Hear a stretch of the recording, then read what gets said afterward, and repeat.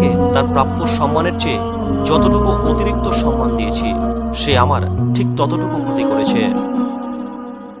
অপরের কষ্ট দূর করার জন্য কষ্ট করার মাঝে রয়েছে মহত্বের প্রকৃত নির্যাস। ছোট ছোট গুনাহকে কখনো হালকা মনে করো না, কেননা সামান্য স্ফুলিঙ্গ থেকেই বড় অগ্নিকাণ্ডের সূত্রপাত হয়। লোকের প্রশংসায় আনন্দিত হতে এবং লোকের নিন্দায় দুঃখিত হতে আপনার অন্তরকে প্রশ্রয় দেবেন না। উহাই শ্রেষ্ঠ দান, যাহা হৃদয় হতে উচ্চারিত হয় এবং রসনা হতে পরিত হয়ে ব্যথিতের ব্যথা দূর করে। দরিদ্রকে দান করিলে সেই দানের জন্য একটি পুরস্কার আছে, কিন্তু অভাবগ্রস্ত আত্মীয় স্বজনকে দান করিলে সেই দানের জন্য দুইটি পুরস্কার আছে। একটি দানের জন্য, অন্যটি আত্মীয়কে সাহায্য করার জন্য।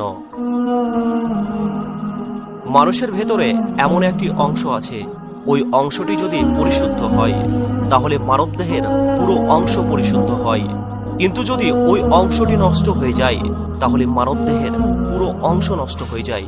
সেই অংশটি হলো আত্মা।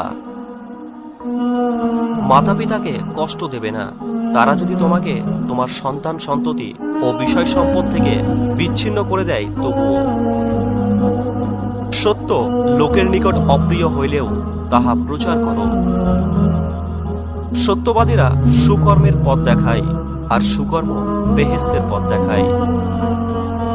জুলুম ও অত্যাচারী লোক কিয়ামতের দিন অন্ধ হইয়া উঠিবে। ধনী হওয়া ধনের ওপর নির্ভর করে না, নির্ভর করে মনের তৃপ্তির ওপর। ধনের যদি সৎ ব্যবহার করা হয় তবে ইহা সুখের কারণ, এবং সদুপায়ে ধন বৃদ্ধি করতে সকলেই বৈধভাবে চেষ্টা করতে পারে। সালাত জান্নাতের চাবি। রোজা মানুষকে আখিরাতমুখী করে। রোজার পুরস্কার আল্লাহ নিজ হাতে প্রদান করবেন। রমজান গুনাহমোচনের অন্যতম মাধ্যম। রমজানের শেষ রাতে সকল উম্মতকে মাফ করা হয়।